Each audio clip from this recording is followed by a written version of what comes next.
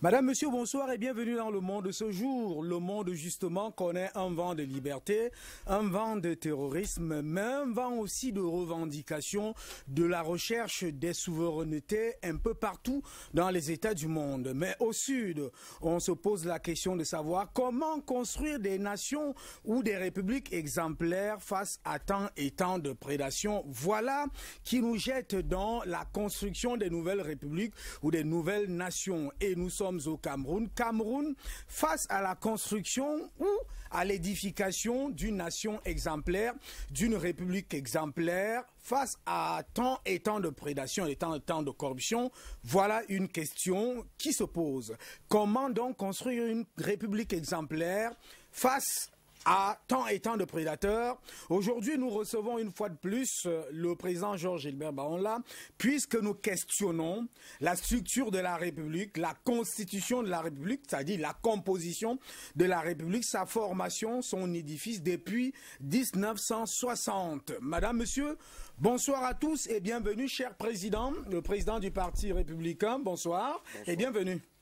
Bonsoir, bonsoir à toute la Dream Team, je voulais dire, de la DBS. Je voulais remercier des confrères du côté de Costa Rica, vos confrères, qui suivent et qui sont en droite ligne avec cette émission et qui m'ont saisi personnellement hier pour me dire il faut continuer, et ceux de la diaspora du côté des États-Unis, plus pratiquement de New York, qui m'ont saisi pour me dire il faut continuer, c'est un combat et les gagner d'avance, et nous savons que ce combat est réel, et aujourd'hui nous sommes plus édifiés que nous puissions connaître aujourd'hui que le débat n'était pas fait pour détruire le Cameroun, mais nous estimons aujourd'hui que nous devons faire un feedback pour que nous sachions qui sont les ennemis de la République, et nous savons aujourd'hui à travers cette émission, et nous félicitons le journaliste qui gère ce monde. Merci. Donc, pas seulement le journaliste ou de la chaîne télévision DBS, télé républicaine et voilà, télé qui va vers l'exemplarité. Et je voulais dire à l'endroit de toute la diaspora que je continuerai à faire de mon expertise une expertise mitoyenne, et je compte sur le support, et c'est tous les Camerounais qui comptent sur le support. Je les attends d'ailleurs sur le champ de la liberté, parce que le Cameroun est un pays prospère, pourquoi pas. Alors, champ de la liberté, vous avez justement fait un bond entre l'introduction de tout à l'heure et le sujet. Alors, est-ce qu'on peut parler de liberté, d'exemplarité, de la construction des jeunes nations africaines? Parce qu'on part de 1960, si nous voulons parler des indépendances, jusqu'en 2017, est-ce qu'on peut parler d'exemplarité lorsqu'on vit tant et tant de prédation? Je pense que dans tous les pays, comme au Cameroun, tous les pays qui ont traversé l'ère de la colonisation, se veulent être un pays molesté sur le plan économique, et puis spolié par ceux qui étaient les maîtres des lieux. Le Cameroun n'est pas un pays excepté. D'ailleurs, le Cameroun est dans la rame, et j'estime que cette liberté est un acquis aujourd'hui pour le Cameroun, parce que tout ce que nous faisons, c'est une marche en avant, avec les errements, au même moment la construction. Donc c'est de ça qu'il s'agit. Moi j'estime que on peut parler de liberté, de ton liberté, dans ce qu'on appelle l'africanité. Parce que aujourd'hui il y a un débat qui est réel. Les pays colonisateurs avec les pays africains devront revoir les termes des conventions, et par la suite redéfinir le vivre ensemble, comme quelqu'un l'a dit chez nous ici, en tenant compte des intérêts des uns des autres. Donc je pense qu'il y a une nouvelle définition qui est attendue par le monde entier, et c'est ce débat que nous devons mettre sur la place publique aujourd'hui pour consensuellement, ensemble, construire le monde. Voilà. Alors, je vais quand même, malgré vos assurances, Vous rappelez que le Cameroun a quand même été classé 2 fois champion en matière de corruption. Le président Paul Biya a continué à prêcher et à prêcher encore l'exemple. Est-ce qu'il a prêché dans le désert? Je ne pense pas. Dans cette homogénéité, il faut savoir que le consensuel vient de ce que dans la corruption en réalité, le leitmotiv est venu du colonisateur qui avait déjà commencé à créer la séparation des peuples africains, et maintenant au Cameroun particulièrement des Camerounais. C'est pour ça que les chefferies, il y avait des guerres intestines, il y avait des guerres culturelles qui étaient installées par cela. Donc c'était une formule de corruption pour qu'on puisse mettre une nouvelle assiette, pour que demain, s'ils partent, ils continuent à nous tenir. Parce que ceux qui sont allés signer les traités, par exemple... Demain, s'ils partent, ils continuent à nous tenir. Ceux qui ont signé les traités aujourd'hui, hier, d'aucuns disent c'est parce qu'ils avaient l'âme sur la tête, d'autres étaient des traîtres. C'est pour ça que la spoliation des biens publics et tout ça au Cameroun est identifié en fonction de ce qu'on appelle du positionnement de chaque chefferie. Est-ce que c'est pas facile d'accuser, je le concède, c'est pas facile d'accuser comme ça le colonisateur? On a quand même des exemples comme le Ghana, d'autres pays où le Rubicon a été franchi, où les gens ont dit, on fait la casse, on dit que non. Avec la corruption, le vol et tout le reste, on ne peut pas fonctionner comme ça. Non, je peux dire le colonisateur a été celui qui a boosté et qui a schématisé la corruption. Maintenant, les acteurs sur le plan local, au Cameroun par exemple, c'est à travers nos chefferies que naît, disons, ce qu'on appelle les prébendiers. Parce qu'en fait, la corruption, c'est quoi? C'est une duperie qu'on installe parce qu'on veut tromper l'autre. Et à un moment, on met en mal même les lois d'une république, comme aujourd'hui, c'est la République du Cameroun. Donc, on met en mal les lois d'une république en général. Donc, que vous vouliez ou pas, la corruption, la décence de cette corruption a commencé avant l'indépendance du Cameroun. Maintenant, pendant l'indépendance, elle a été entretenue. D'accord? D'où les traités et les traîtres.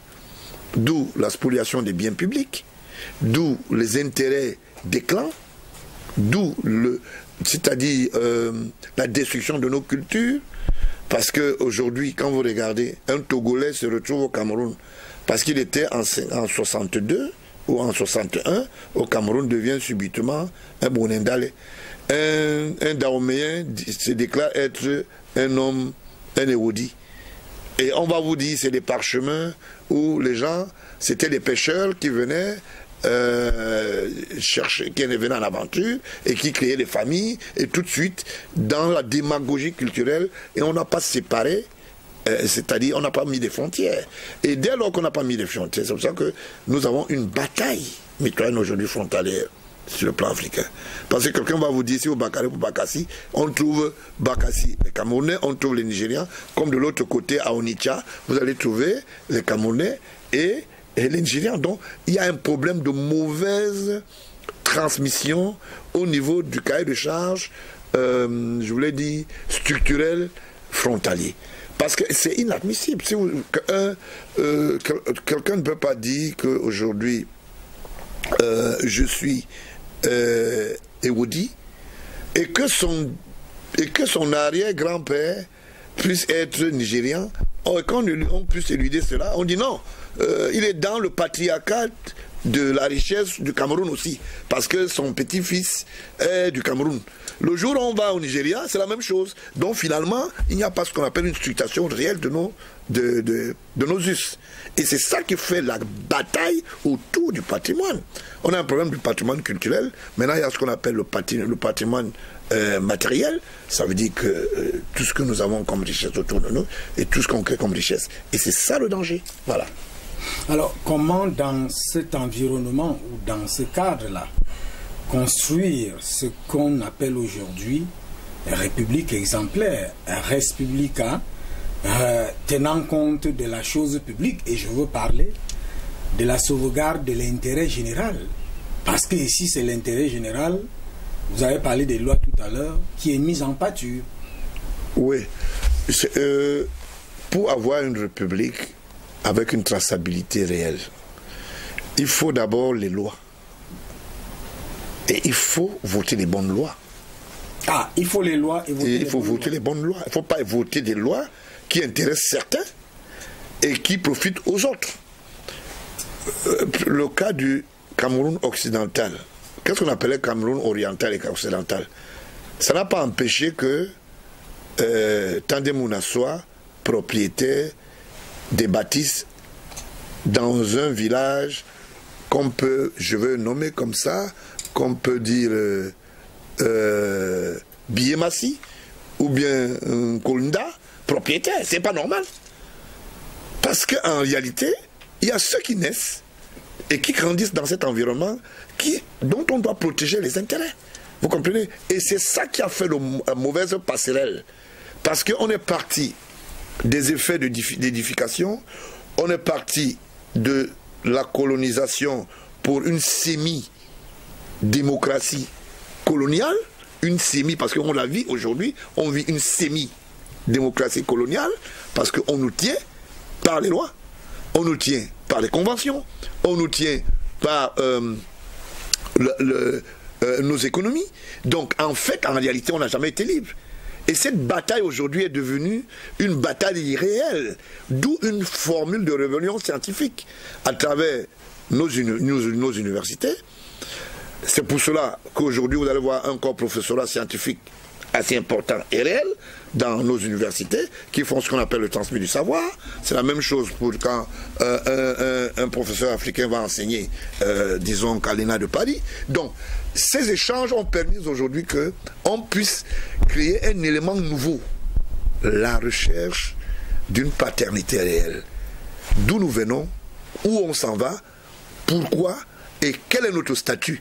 Et la recherche permanente aujourd'hui en Afrique... Vous posez là des questions essentielles qui font l'objet de cette émission. Voilà, justement. Et vous devez répondre. Bon, voilà. Notre statut permanent aujourd'hui, on cherche le statut africain. C'est pour cela qu'il y a un débat permanent. Or, ceux qui sont en phase avec notre déchéance, c'est le colonisateur. Que vous voulez, c'est ça. Parce que tant qu'on ne nous tienne pas les lois ou certaines conventions qui sont dans les armoiries, nous sommes tenus comme des chevaux dans un wagon. Et quand le maître n'ouvre pas, vous êtes à l'intérieur, c'est de ça qu'il s'agit. La bataille, ce n'est pas au niveau de la redistribution, en réalité, des biens et des richesses du patrimoine local, tel le Cameroun. Ce n'est pas ça. Comment ça? Je vais vous dire pourquoi. Comment vous pouvez dire que vous êtes le maître des lieux? Vous créez une chefferie. Vous dites au chef, vous mettez un bâton d'ici là. Vous dites, bon, ok, d'ici à là, c'est Youpé, vous êtes chef. Et désormais, vous me rendez compte de tout ce qui se passe ici. D'accord? Et entre-temps, vous ne donnez pas ce qu'on appelle, vous n'identifiez pas ce qu'on appelle l'environnement. Je vous rappelle que la carte géographique du Cameroun, elle est fausse. Ah bon? Elle est fausse parce que quand on parle, elle est fausse parce que les gens ont pensé la carte, ont repensé la carte. Le Gabon était une entité aujourd'hui, était une entité camerounaise. Vous comprenez à peu près? La Guinée équatoriale était une entité camerounaise. Il y a eu des divisions qui se sont créées parce que dans cette colonie où le colonisateur s'est installé, il y a eu ce qu'on appelle un patriarcat qui s'est créé. Ça veut dire qu'ils ont dit, moi, je vais créer plutôt ceci pour mieux contrôler les gens. Il faut que je sois en Guinée équatoriale, toi tu dois être en Centrafrique, lui doit être au Tchad, machin. Parce qu'il est hors de question aujourd'hui que ces mêmes personnes ne puissent définir, on dit, c'est le Cameroun par exemple, c'est 476 000 kilomètres, quelque chose comme ça. Oui. Bon, je crois que ce n'est pas de ça qu'il s'agit. Aujourd'hui, quand vous prenez Bakassi par exemple, vous immiscez, est-ce qu'ils avaient compté Bakassi à l'époque? Ils vont me dire oui, c'est faux. Redéfinissons géographiquement. Ouais. Hein? Avec les experts, les architectures et les géographes, vous allez voir que ce n'est pas le nombre de kilomètres au niveau de kilomètres aujourd'hui au Cameroun. C'est de ça qu'il s'agit, parce que quand vous partez d'ici, vous arrivez à l'est. Il y a des villages à l'est qui n'ont pas de chefferie. Vous comprenez? Quand vous allez au sud, quand vous allez à Bipindi, l'Olodorf ne dépend pas de Bipindi. Vous avez compris? Donc à l'intérieur, il y a tout un peuple qui vit. On dit non, c'est des pygmées. Quelle est la comptabilité qui est tenue? Est-ce qu'ils sont mis à part ou bien ils sont pris en compte? Votent-ils? Est-ce qu'ils ont un territoire reconnu comme tel? Non. On dit c'est des sédentaires, c'est des gens, c'est des nomades. On vous dit il y a un peuple nomade qui est dans le nord, on les appelle les berbères. C'est parce qu'il y a eu une tricherie au départ. Et c'est de ça qu'il s'agit aujourd'hui. Et ceux-là ne veulent pas qu'on identifie. On ne voulait pas. Pourquoi? Parce qu'il y avait, a posteriori, ils avaient prévenu un certain... Ils ont dit au fur et à mesure que le temps sera grandissant, le modernisme va s'accentuer. Et dans ce modernisme, on va faire des découvertes. Et dans ces découvertes, est-ce que les Français savaient en 55 ou en 52 ou bien en 44 qu'il y avait le pétrole au nord?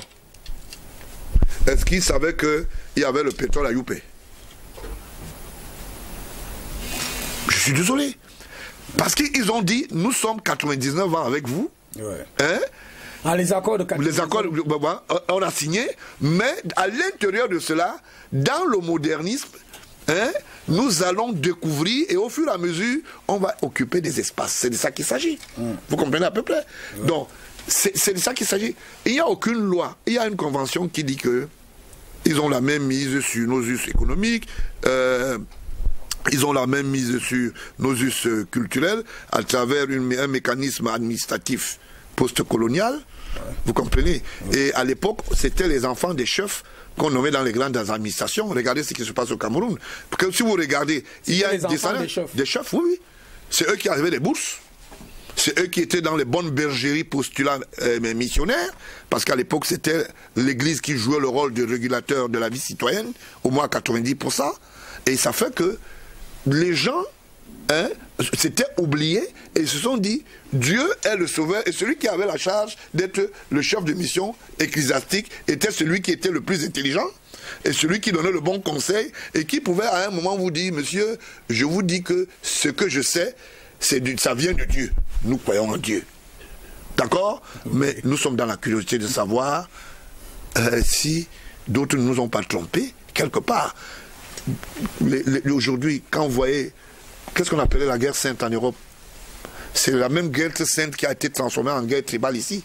Et c'est cette guerre tribale qu'on a aujourd'hui qu'on a instaurée comme le clivage. Dans le monde entier, dans tous les pays africains, quelle est cette histoire où on dit qu'il n'y a pas de méritocratie? On nomme le fils du chef, le petit-fils du chef des chefs. On nomme les gens en fonction des rituels, des chefferies. Après, si ce n'est pas ça, ils ont quitté, ils ont dit, ok, comme l'Église a joué le rôle cumul, d'accord? Ouais. Je vous donne un exemple. Si Fampou est aujourd'hui à Douala deuxième, c'est parce que son père, Fampou, son grand-père a été à une église. C'est quelque chose comme ça.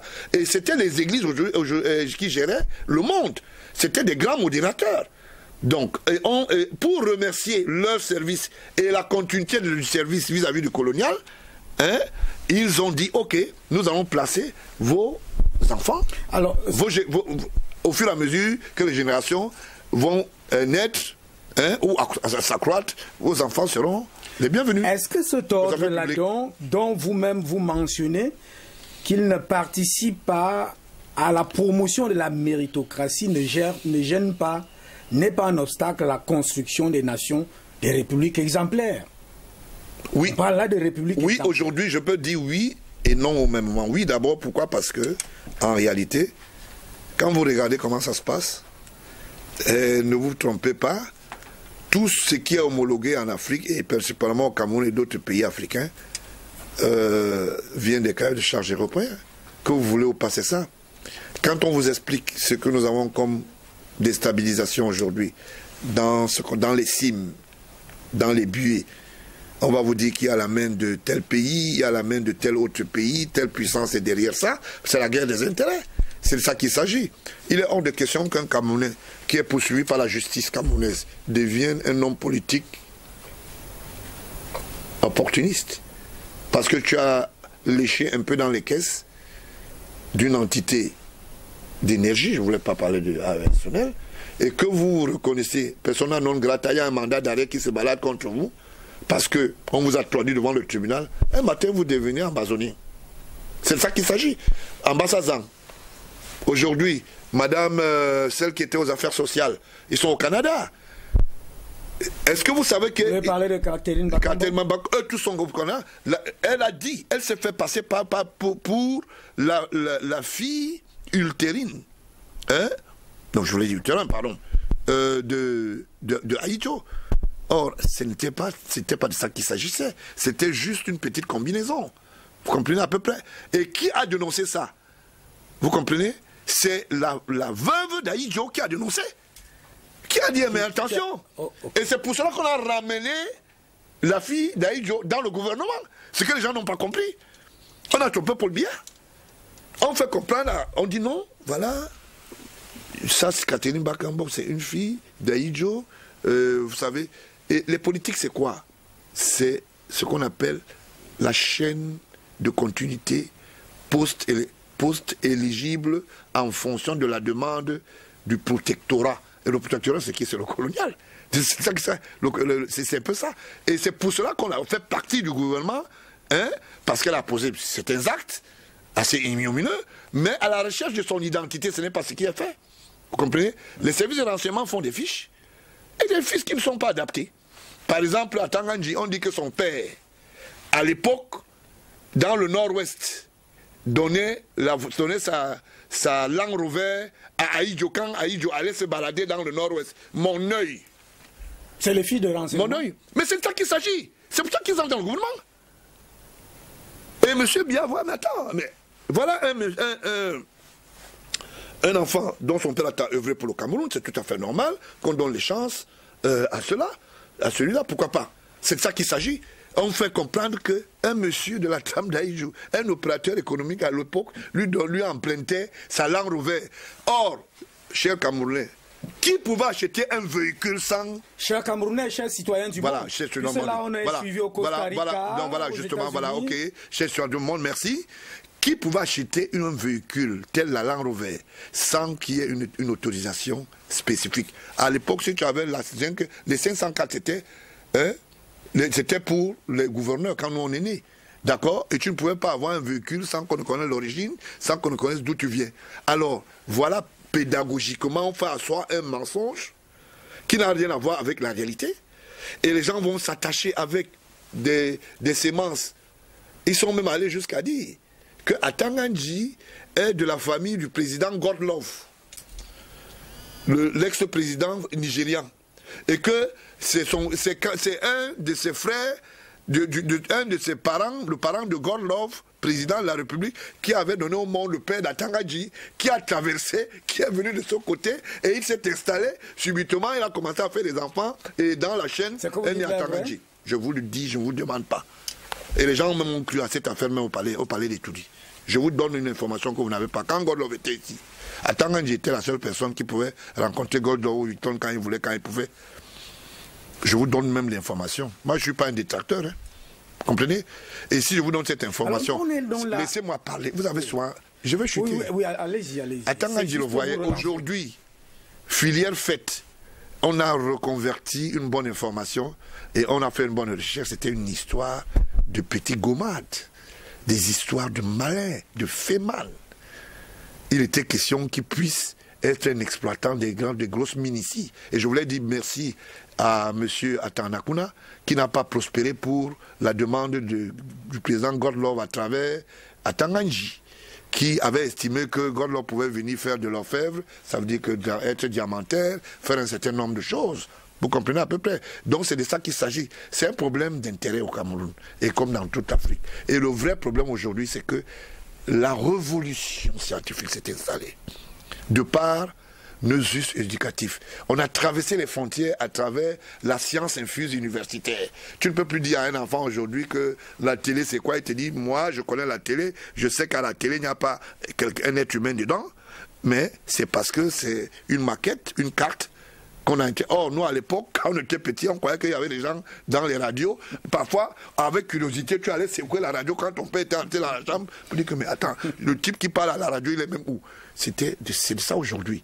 Et le temps a fait que tout allait très rapidement et les enfants aujourd'hui ne sont pas les mêmes que les autres. Ceux qui sont nés avant, dans les années 50, ceux qui sont nés en 60 et ceux qui naissent aujourd'hui, sont plus rapides que nous en termes de connaissances parce qu'ils sont mieux entourés sur le plan scientifique et ils deviennent des nantis et parfois on ne peut pas savoir se servir de son portable Android, hein, mais son enfant sait parce que il a adapté par rapport à la nouvelle technologie. Alors, je voulais vous relancer tout à l'heure. On peut donc comprendre que on a assis là sur des bases du favoritisme, du clientélisme. Qui est stable. Je n'allais même... Qui est encore stable. Qui est encore stable. Oui. La seule chose, par exemple, que je demanderais du retour, par exemple, du chef de l'État en tant que président d'un parti politique, pas en tant que fils et en tant que citoyen, c'est de balayer autour de la chaise cet esprit de clivage ethnique post-nomination. Ça veut dire quoi? Qu'on mette ce qui mérite à la place qu'il faut. Parce qu'aujourd'hui, on a dépassé ça. On ne doit plus nommer des gens en fonction de leur tête dans les villages. Il a combien de bœufs? Il a combien de... Est-ce qu'il mérite les gens parce qu'on applaudit quand il passe? C'est pas les you. Les villages attendent quoi aujourd'hui? Le développement, le développement, le bien-être. C'est pour ça qu'on parle de république exemplaire. Voilà, la faisabilité. Quand tu promets un puits, tu n'as qu'à créer un puits. Quand tu promets qu'il y aura du goudron et que tu dises que je suis celui qui représente les intérêts des élites et des intérêts d'une communauté, que ça soit cela. C'est ça qu'il s'agit, c'est cette bataille que nous avons. Le peuple a affamé, les gens sont dans le besoin.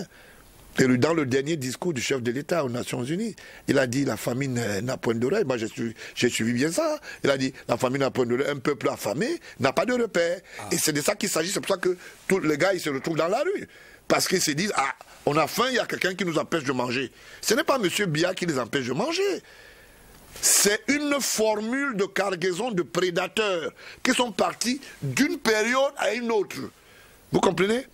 Comment vous pouvez dire que Mokoko Mbonjo, parce que le père était pasteur, parce que Mbonjo était un pasteur, et Mokoko était un autre pasteur, Dine était un autre chef, on estime que son fils doit bénéficier des royalties, même quand il ne serait pas compétent, même quand il n'a pas le profil adapté. Vous n'allez pas nous dire que Mokoko Mbonjo n'est pas compétent? Je l'ai laissé, je l'avais laissé à la bouche de métro à Barbès, en train de grincer à la guitare. Il est venu parmi les 1500. Voilà ce qui nous a servi. Il était un bon chansonnier. Il avait chanté à Koko contre le système en place, pour dire même qu'il y avait des prédateurs. J'avais beaucoup d'admiration pour lui à l'époque, qui disait oui, il faut que ça change. Biya est venu, il a mis la continuité d'Aïdjo, il faut que ça change parce que c'est des prédateurs.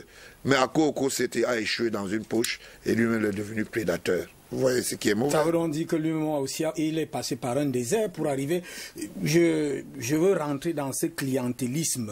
Parce que toutes ces émissions que nous sommes en train de faire rentrent dans le cadre du lendemain, en fait, du 1er octobre. Il y a un clientélisme, il y a un favoritisme, il y a une surenchère, il y a des tripatouillages qu'il faut démasquer. Et vous dites que le président Paul Biya, ce n'est pas lui la cause. Nous sommes tous la cause. Nous sommes tous la cause. Parce que nous ne sommes pas des cas écoles. Nous refusons de regarder la vérité en face. Nous refusons d'être éligibles. Nous ne pouvons pas continuer à accepter un certain nombre de choses. Que vous vouliez ou pas, c'est ça la réalité. Hein? Et vous ne pouvez pas aujourd'hui éluder cela. Nous sommes tous cause. Pourquoi? Parce que nous sommes dans un système de tolérance continue. Ah, un système de tolérance continue. Oui. Parce que vous savez, quand il y a les lois, il faut les appliquer. L'homme ne peut que reconnaître sa valeur si en face, il y a une expertise qui peut le désavouer face ou à son quotidien vis-à-vis des actes posés dans une société. Donc, dans cette nation exemplaire, il faut les lois et leur Il application. faut les appliquer. La peur des gendarmes, c'est le commencement de la sagesse. Vous savez, c'est pas normal dans un pays où on passe le temps à caresser les gens dans le sens du poil et on a pris ce qu'on appelle l'armature solide. Je voulais dire, c'est-à-dire la structure solide, l'État. On en a fait quelque chose de pathogène. Bon, ça peut passer, c'est pas grave.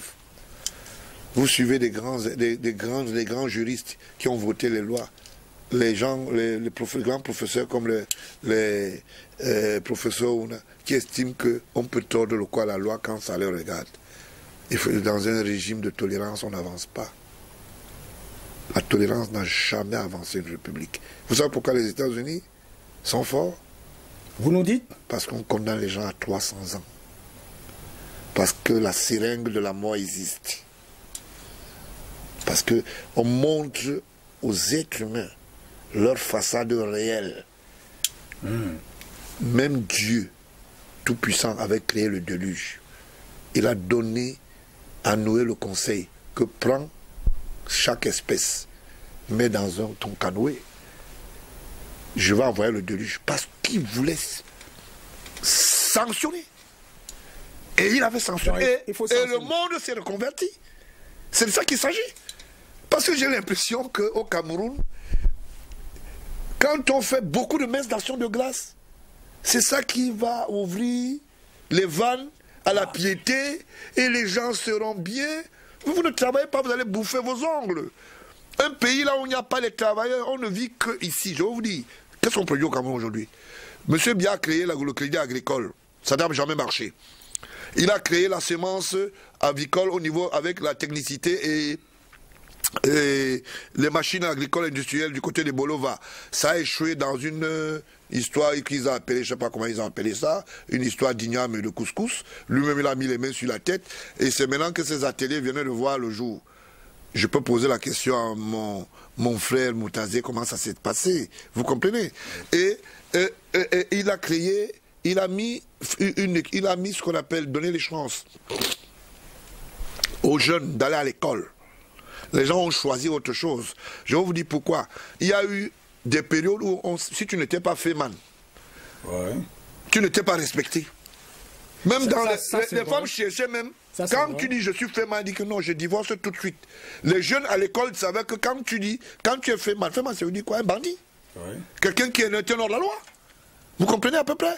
Or, c'était des gens qui se payaient la tête des Camerounais. À l'époque, fabriquaient des faux bons de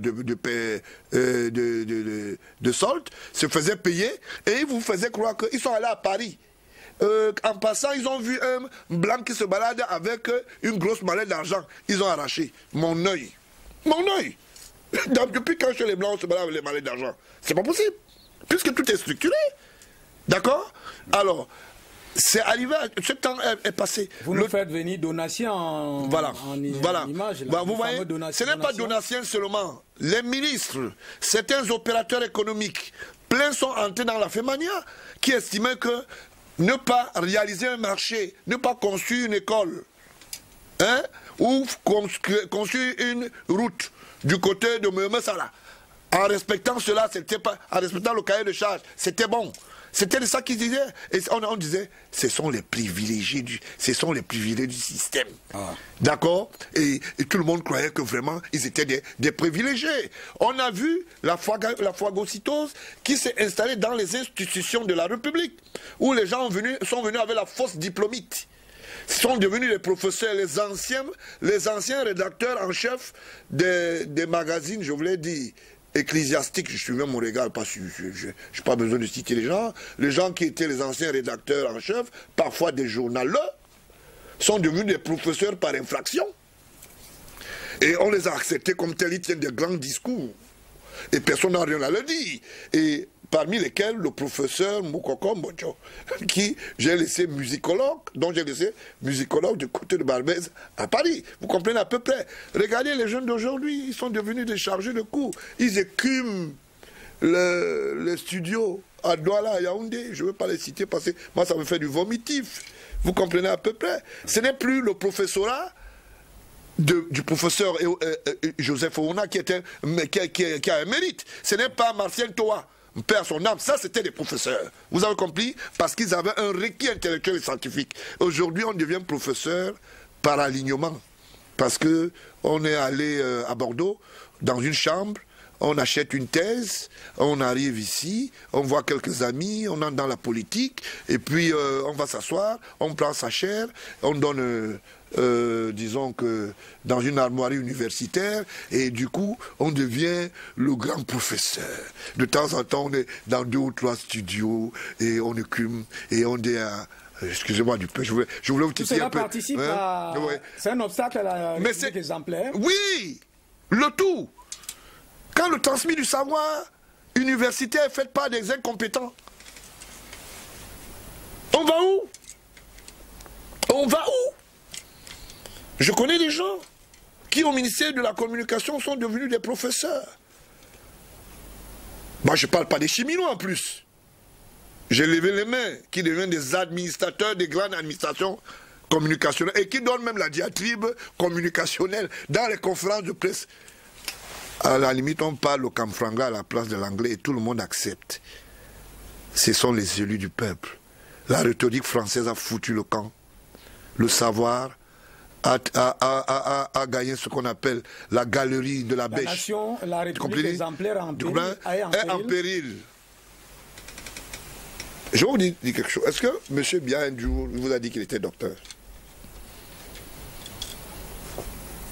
Les gens vont me dire, c'est pas, il défend son père. Vous pensez qu'à son niveau-là, il ne pouvait pas être docteur 600 fois? Voilà des personnes qui acceptent la science, hein, c'est-à-dire, on appelle ça la science mythe, hein, de sa personnalité. C'est-à-dire, il dit, je suis, je demeure, j'accepte ce que je suis. On ne devient pas grand parce qu'on va faire un emprunt d'une personnalité ou d'un profil. Hein? On accepte être ce que, et on n'a jamais cessé d'apprendre tant qu'on vit.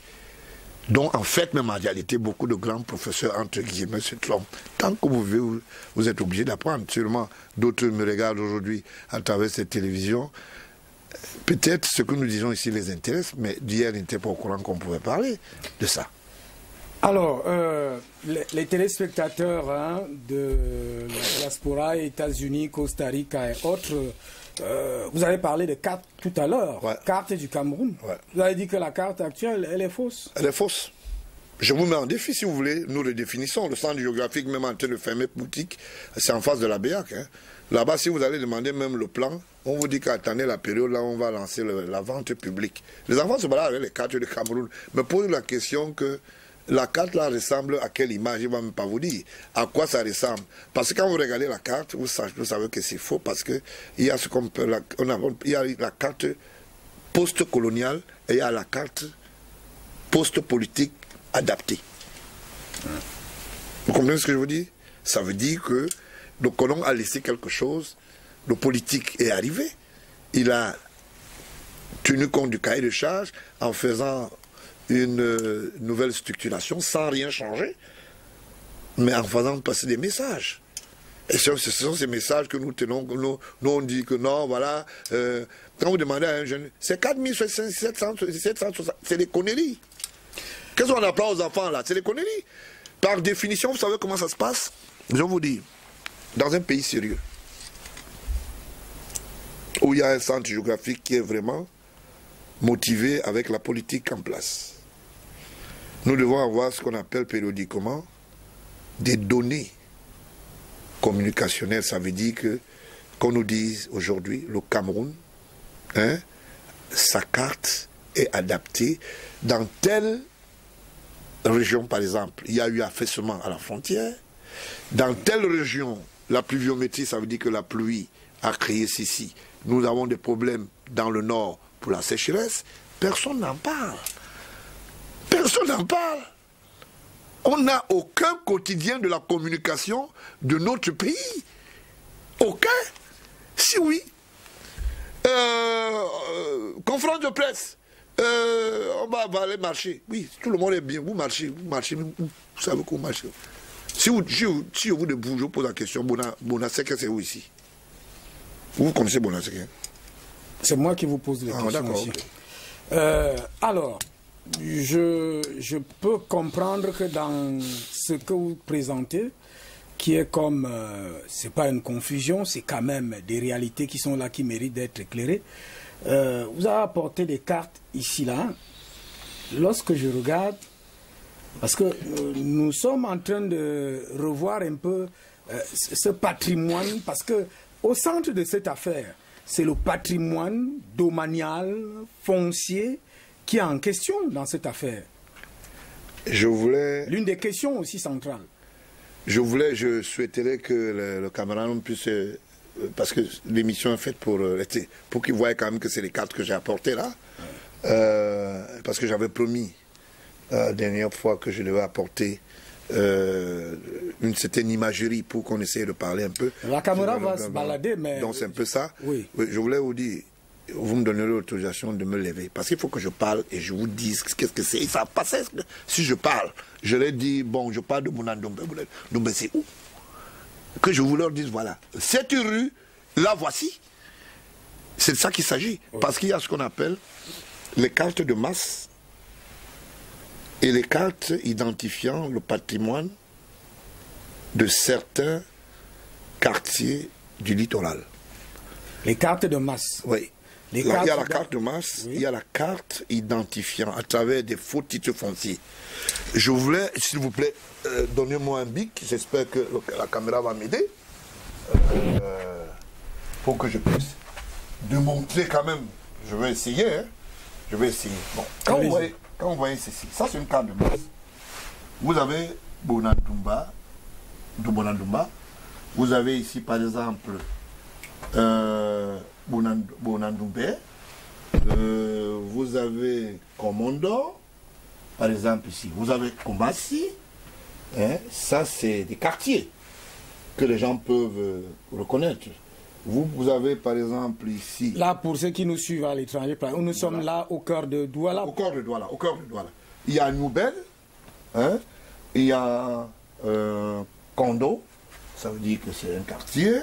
Bon, ça c'est une carte de masse qui identifie rien que c'est-à-dire les quartiers. Mais à l'intérieur des quartiers, il y a des parcimonies. Ouais. Ces parcimonies, c'est quoi?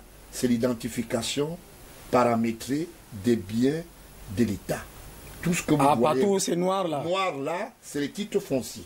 Et ces titres fonciers, parmi lesquels 98% sont des faux titres. C'est ça qui fait mal. Et c'est pour cela que les Camerounais se battent. Parce que... c'est un obstacle à la construction de la République exemplaire. Vous ne pouvez pas. Moukete a combien d'immeubles? L'immeuble de STV appartient à Moukete. Ce n'est pas normal. Ce n'est pas normal.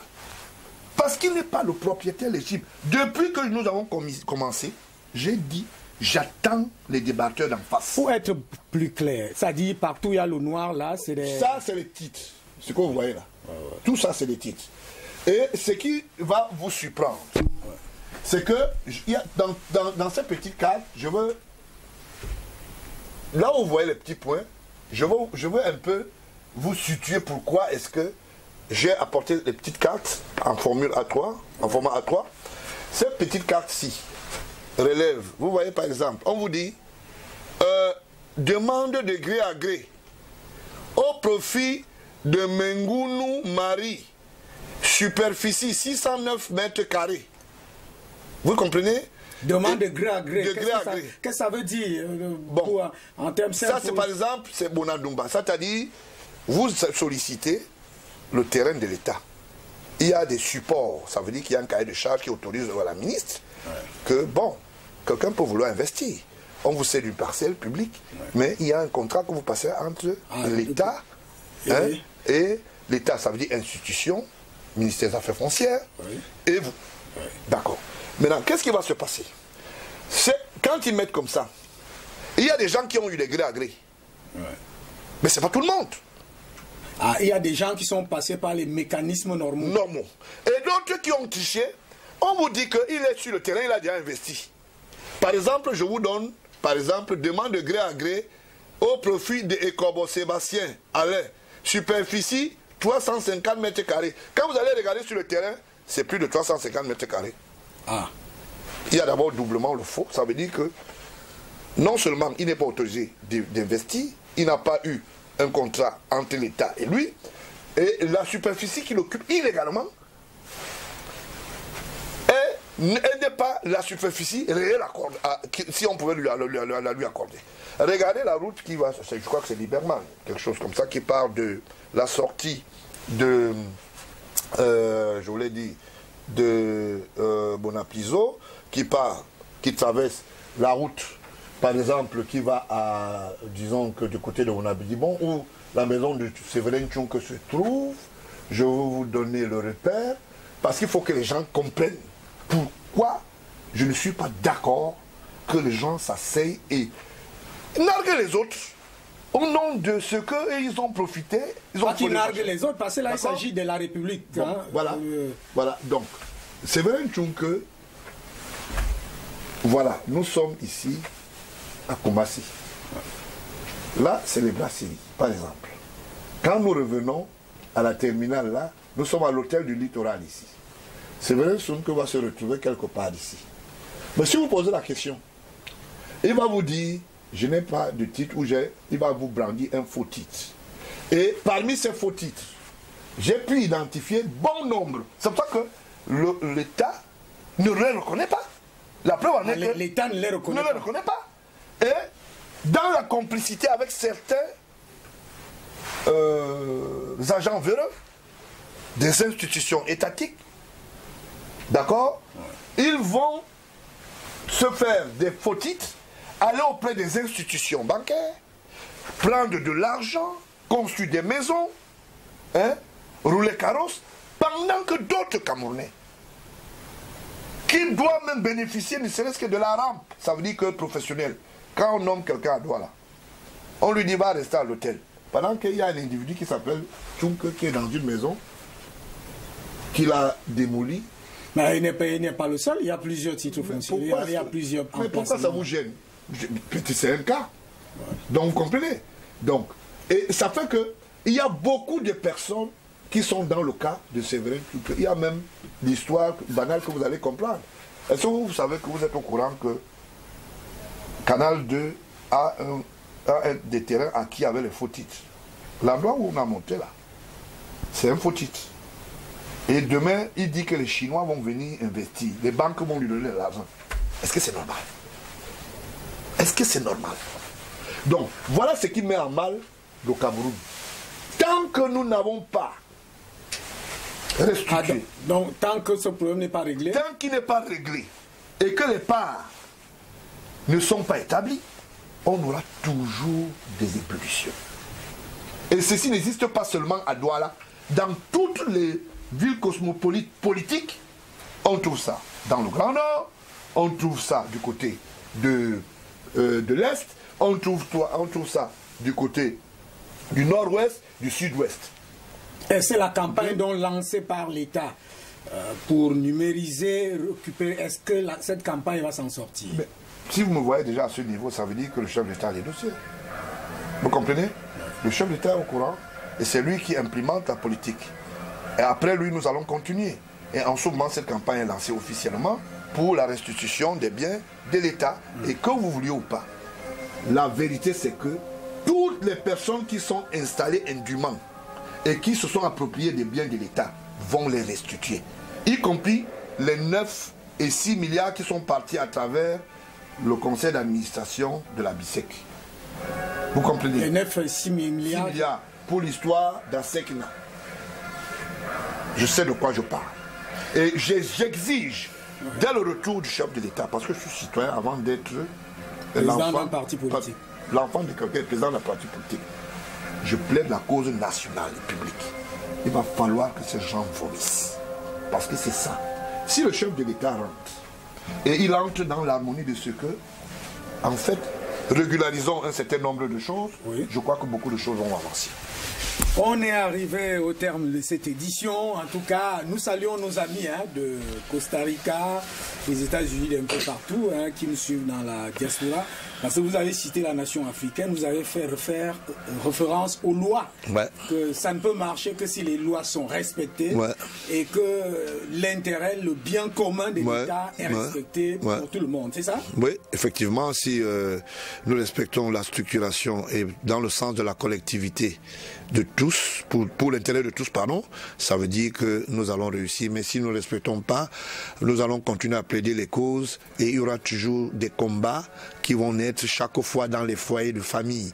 Parce que chaque fois qu'une génération va venir, on va dire, toi tu es installé là indûment, c'est le bien de l'État, l'autre va dire ceci et l'autre va dire ceci. Regardez, aujourd'hui, on n'a aucune banque nationale qui peut financer les projets structurants. Le chef d'État a lancé la nouvelle campagne.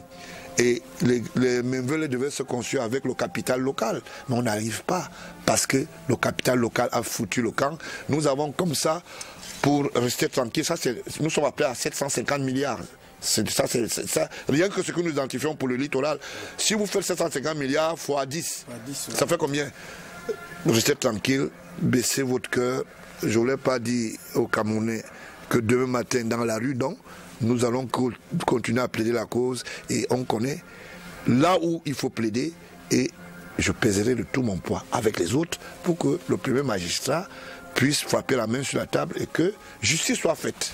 Et que justice soit faite pour que se mette en place une nation exemplaire, une nation où l'intérêt général est mis en premier, une nation où la compétence, les mérites sont considérés avant toute autre chose, avant tout autre legs historique et autres. Madame, monsieur, c'est terminé pour aujourd'hui.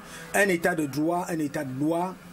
C'est aussi le rêve de tous les citoyens camerounais pour que ce soit un Cameroun exemplaire. À 19h, le journal en Fulfulde, à 19h15 en Pidgin, fermeture de kiosque à 19h30, 20h, ce sera le journal. En anglais, 21h en français, madame, monsieur. DBS va vers la construction de ce modèle de l'intérêt général de la République exemplaire. Bonsoir.